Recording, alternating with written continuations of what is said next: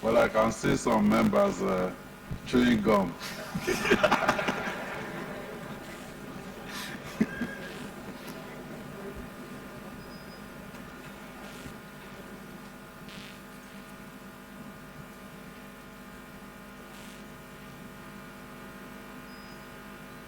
Well, the deputy governor went somewhere to represent me, and he will join us in the course of this presentation.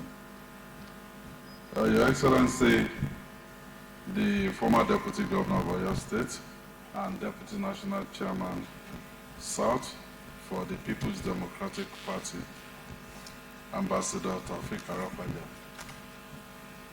Your Excellency, the former deputy governor of Oyo State, Engineer Hamid Gbadamosi,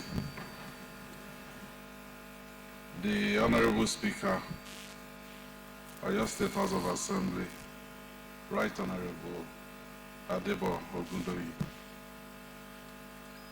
the Chief Judge of Oyo State, Honorable Justice Iyabo Yerima, the former Speaker, Oyo State House of Assembly,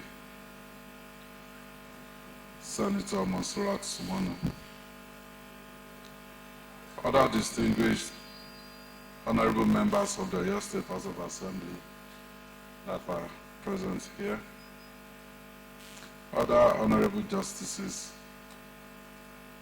of the Oyo State Judiciary here present,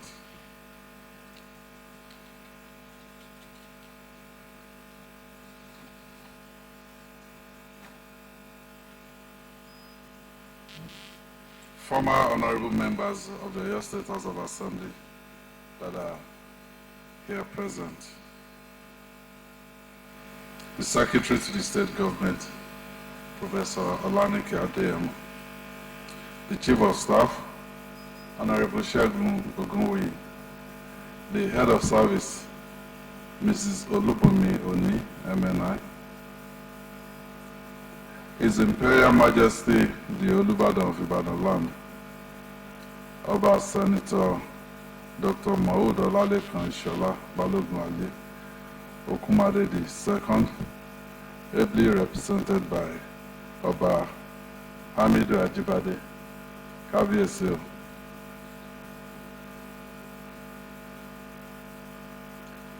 All the royal fathers, paramount chiefs, Jogbori Adeorunleke, to one be your duly recognized. The Honorable Commissioner for Budget and Economic Planning, Professor Musiba Babatunde, the Honorable Commissioner for Finance, Mr. Akinola Ojo, other Honorable Commissioners in the Cabinet of Oyo State Government here present, our service commanders, you are duly recognized, Chairman Algon, Honorable Sikiru Sonda, and other chairmen and chairpersons of local government areas in Oyo State that are present here.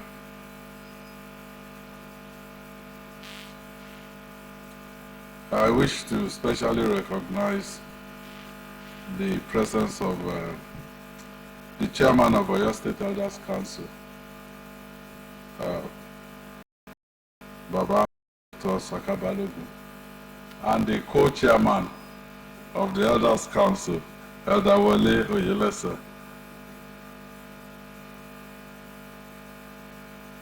Baba Nureni Akambi, they are recognized.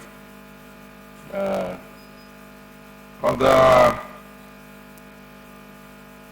distinguished members of the Oyo State Elders Council and Advisory Council here present, they are also recognized. Other political functionaries of Oyo State, heads of educational institutions, financial institutions, and professional bodies that are present here, the PDP State Secretary, Alhaji Wasiu Adeleke, and other Executive Council members and leaders of PDP that are present here, labor union leaders, and members in Oyo State that are here to grace this all-important occasion. Ààrẹ Mùsùlùmí of Yoruba land, Edo and Delta states, Alhaji Daud Makanjuola Akinola, duly recognized.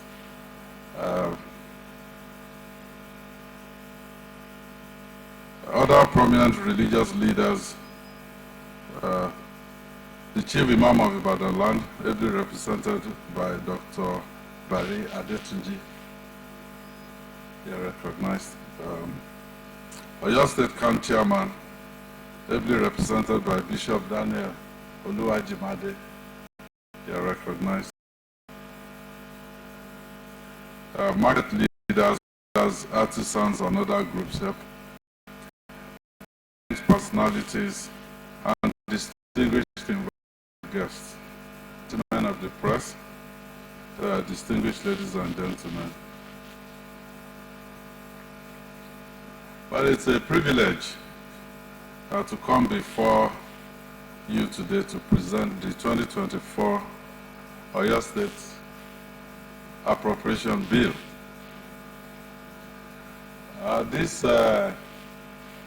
This year's presentation is special in two significant ways. First, this is the first full budget presentation since our re-election into office in March 2023.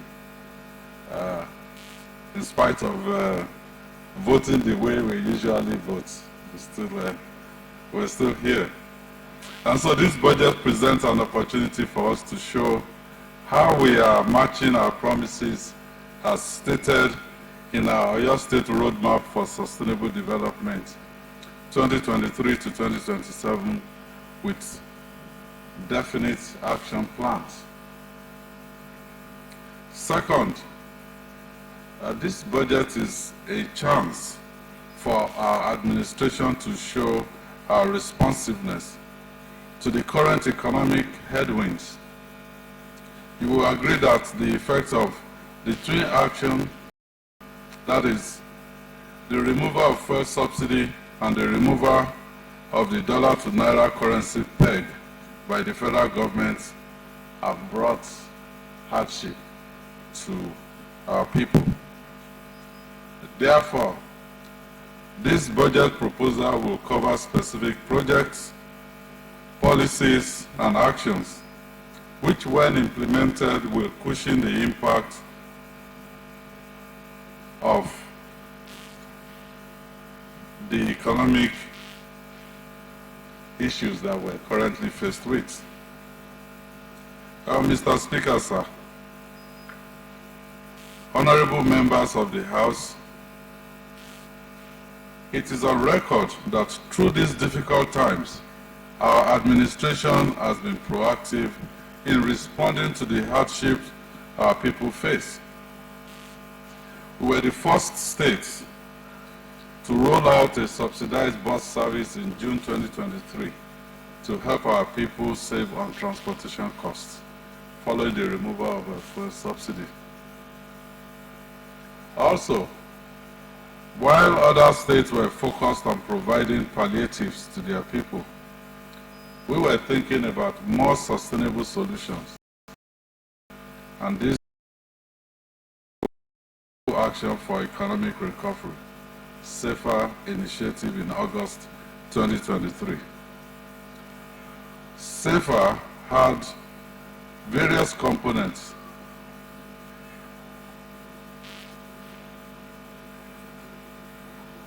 Well, you can't say we won't have children in the...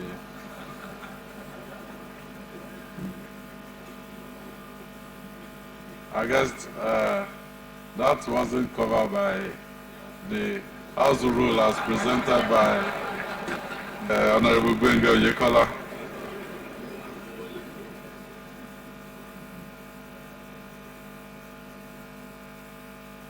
what I will say is, is in the spirit of the time. Please give him or her a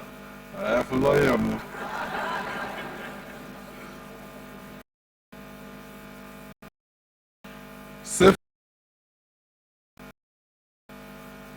But even the package, which some will have seen as a palliative measure, had a deeper impact on our economy, as all purchases package were within the zones of distribution. So this ensures that the funds circulated in the local economy. We did not buy in Ibadan to Shaki, and we did not buy food component Shaki for us to take to Oyo. No.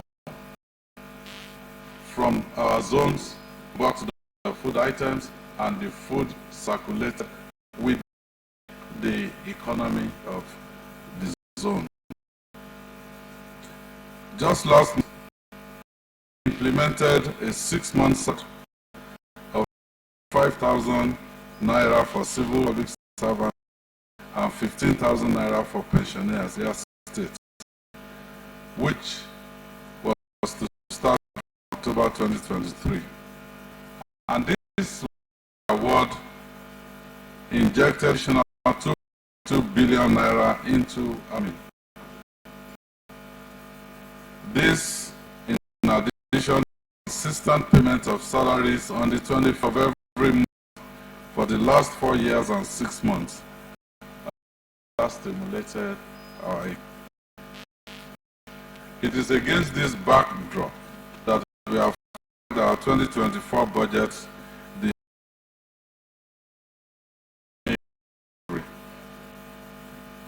Mr.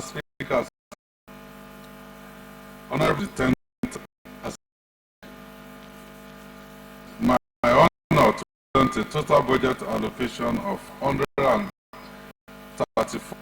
234,765,938 naira and 79 kobo.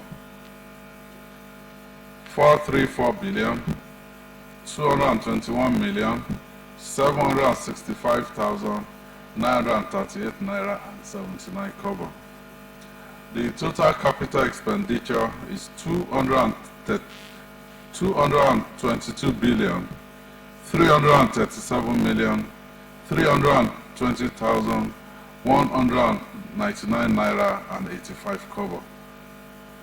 The total recurrent expenditure is 211,884,445,738 naira and 94 kobo. One thing you will immediately notice as we debate this budget is that we have been able to once again achieve a budget where capital expenditure is about 2.4% higher than the recurrent expenditure. We believe that the growth of our economy is dependent on the fiscal decisions we take regarding our capital expenditure. Therefore, we're focusing on projects that will yield positive results for our economy in our areas of comparative advantage. Since assuming office in 2019, we have worked towards reducing our infrastructural deficit in 4 focus sectors: agriculture, education, health, and security. This has been largely responsible for the growth in our economy, such that for the fiscal year 2022, Oyo State was 6th in the highest internally generated revenue IGR in Nigeria, and number 1 in IGR from local government councils. In real terms, we are just a few months away from completely linking all 5 zones in the state through vital road networks. Mr. Speaker, sir, honorable members of these hallowed chambers, We are aware of the recent complaint from our people on the state of inner roads in our dear states.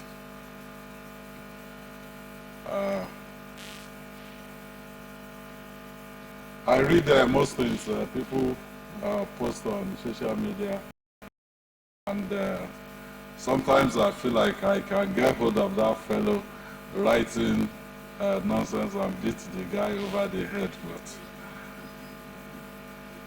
But as a leader, you have to develop thick skin, and you also have to listen to the people. If in the middle of all the shenanigans, there may be real issues that we have to address. I was reading, I think it was front page of Guardian newspaper 3 days ago, and a professor, I guess the prof lives on Akala Way in Akubo. They had about 8 pictures in that newspaper, and 6 of those 8 were pictures from Akala Way. Well, my Honorable Commissioner for Local Government lives in that axis as well. He has asked me to fix it, but I said to prioritize roads that have impact on our economy first. And that is what we will continue to do.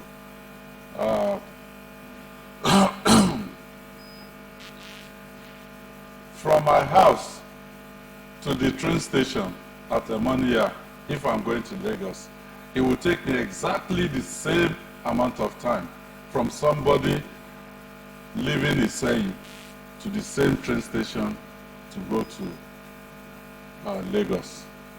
That is the Oyo State that we want to see. And that is what we will continue to do, to let our infrastructure target our economy. And once we're able to improve our economy, then we'll be able to do more. So for this budget, we're estimating an IGR of 72 billion naira. This is an average of 6 billion naira per month. Currently, we're at about 3.8, 3.9 billion monthly. So we're saying we have to push to almost double our IGR. We have chosen a conservative amount which we hope to meet and surpass to ensure that we improve our budget performance from about 70%, which we recorded last year. To achieve this, we will continue to use technology to block loopholes and expand our tax nets to include more persons who are not already captured. As with the previous years, we have no plans of increasing taxes. Let me just give one small example. Streamlining processes within the Ministry of Lands, Housing and Urban Development has led to increased revenue from that ministry. And just last month, we recorded an all-time revenue high of about 4.8 billion naira for that Ministry of Land. So you are also aware that we have expanded the sectors through which we are growing our economic pillar from 2 to 4, with the addition of solid minerals development and tourism. To this end, we signed 2 executive orders this past October 2023. These are executive orders number 1 and 2 of 2023. The solid minerals sector, we signed a first of its kind executive order. I can report that, well, some states, maybe they have something similar, not quite, but no other state in Nigeria has been able to come up with what we have done. That executive order protects our mining communities against insecurity and exploitation. We plan to work with these mining communities to ensure they and the states benefit from the exploitation of mineral deposits in our land. Well, it's a federal government exclusive right, but people mining in our communities, they take those big vehicles, they drive on the state road and they spoil the road, and the state will have to fix those roads. So we must protect our communities. They give them petitions, they get our traditional rulers to sign for them, and then they move in there. And I can say, without any fear of contradiction, that we will witness a totally different order within the mining environment in Oyo State in this coming year. Executive Order number 2 separates the Ministry of Culture and Tourism from the Ministry of Information and Orientation. This better positions the Ministry of Culture and Tourism to focus on the activities and projects it needs to carry out to harness the state's tourism potential. Let me pause to thank the 10th Assembly for your continued cooperation with the executive arm of government, resulting in the easier passage of bills we have transmitted to the House of Assembly. Well, it is our prayer that this mutual collaboration continues during this tenure to the benefit of the good people of Oyo State. But if you somehow decide you're not going to cooperate with you, we will also fight. Mr. Speaker, sir, honorable members of the House, further perusal of the 2024 budget of economic recovery reveals the key sectoral composition as follows. Education, 90,654,949,252 naira and 68 kobo, which is 20.88% of the total budget. That's what we have for education. Infrastructure, 74,316,325,706 naira and 8 kobo, which is 17.11% of the total budget. For health, we have 40,998,197,758 naira and 30 kobo, which is 9.44% of the total budget, while agriculture gets 15,848,708,031 naira and 80 kobo, which is 3.65% of the total budget. Mr. Speaker, sir, honorable members of the House, this breakdown shows that our administration is once again prioritizing our education sector. When we assumed office in 2019, the huge deficit in this sector showed that we will require 70 billion naira to offset it. This called for innovative steps to save our schools and children's future. I mean, every time I see people post pictures of our schools where the roofs have been blown up, or our children learning on the bare floor, yes, we didn't get there in one day. I attended a public primary school and public secondary school in this state and in this city, Ibadan. And yes, it was lucky and privileged as those that went to ISI and the rest. but we had enough to give us the knowledge that made us competitive to go into the university. So we didn't get to this position overnight, and we will not get out of it overnight. But as an administration, we know that we have to be creative, and this is exactly what we're doing.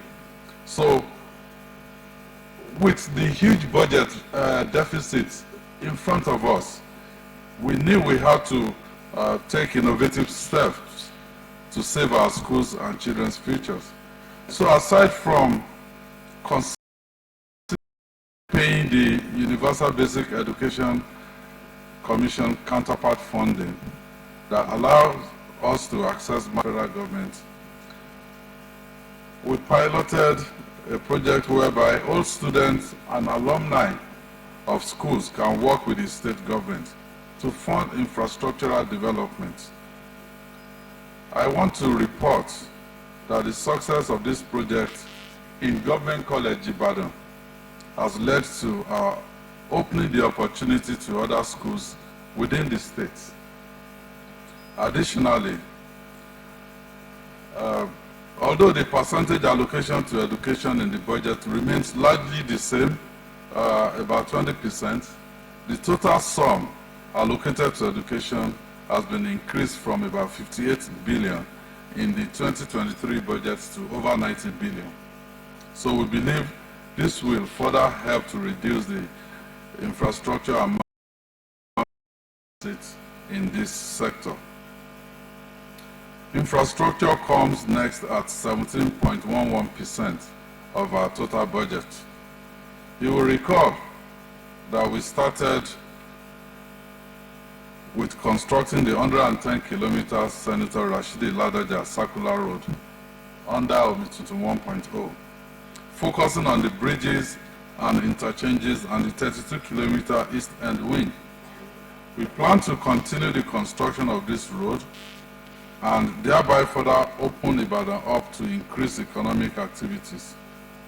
Furthermore, we have allocated funds in this budget to rehabilitate 16 additional roads and 4 bridges. Our health sector is getting 9.44% of the budget. Although this represents a drop in percentage from our last budget, it represents a marginal increase of about 4 billion naira in budgetary allocation. We plan to continue with upgrading and equipping our healthcare facilities with funds allocated in this budget. There are immediate to complete the outstanding primary healthcare centers. The upgrade has been going on while equipping already rehabilitated facilities. We will also work with the international organization and development agencies to ensure that our secondary and tertiary healthcare facilities receive the necessary attention to bring them up to standard. Mr. Speaker and the honorable members of the 10th Assembly, you will note the same marginal increase of about 4 billion naira in the allocation to agriculture. You will recall that we have initiated an input distribution package for our smallholder farmers under the SAFER initiative. We also work with the World Bank to provide inputs to our smallholder farmers under Oyo State CARES program. We plan to build on various interventions we have introduced to help our smallholder farmers focus on productivity. At the same time, we will, in the next few months, be completing work on Fashola Agribusiness Industrial Hub. I'm happy to report that the work done at this hub has further revealed the economic benefits of locating projects around our areas of comparative advantage. Because of this project, the Oyo zone has been opened up for more business, as this axis now hosts large and medium-scale agribusinesses. The Oyo-Iseyin Road reconstruction, which was commissioned in September 2023, is also driving businesses to this zone. Mr. Speaker, sir, honorable members of the Oyo State House of Assembly, we have taken necessary steps to ensure that this budget addresses the economic challenges we envisage for 2024.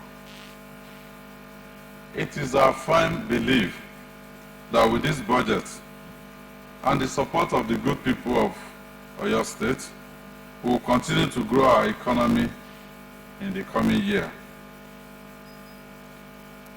We therefore pray the House to see to the speedy passing of this 2024 Oyo State Appropriation Bill for the benefit of the good people of Oyo State. And I've been promised that there will not be padding.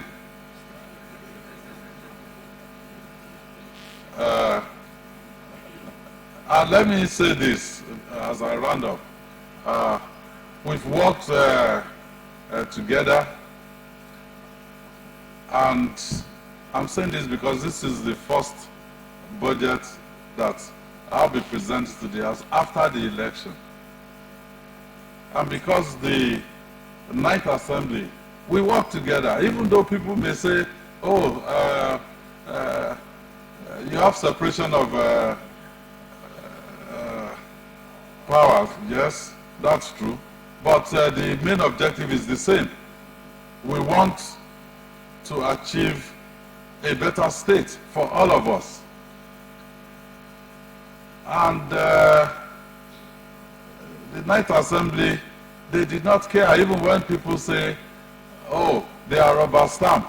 Yeah, if you rubber stamp to ensure that Oyo State enjoys a better life, yes, so be it.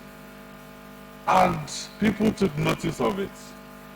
And that is why this 10th Assembly has the highest number of returnees in the history of Oyo State House of Assembly.